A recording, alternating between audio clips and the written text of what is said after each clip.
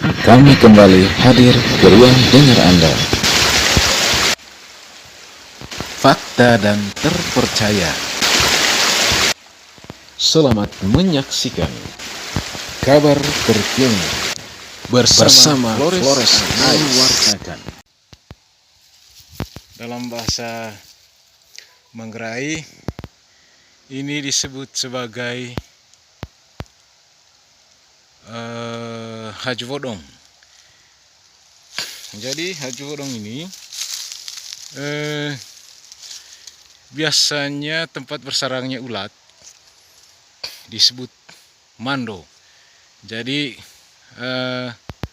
ulat itu dapat dimakan dan gurih sekali rasanya ketika digoreng.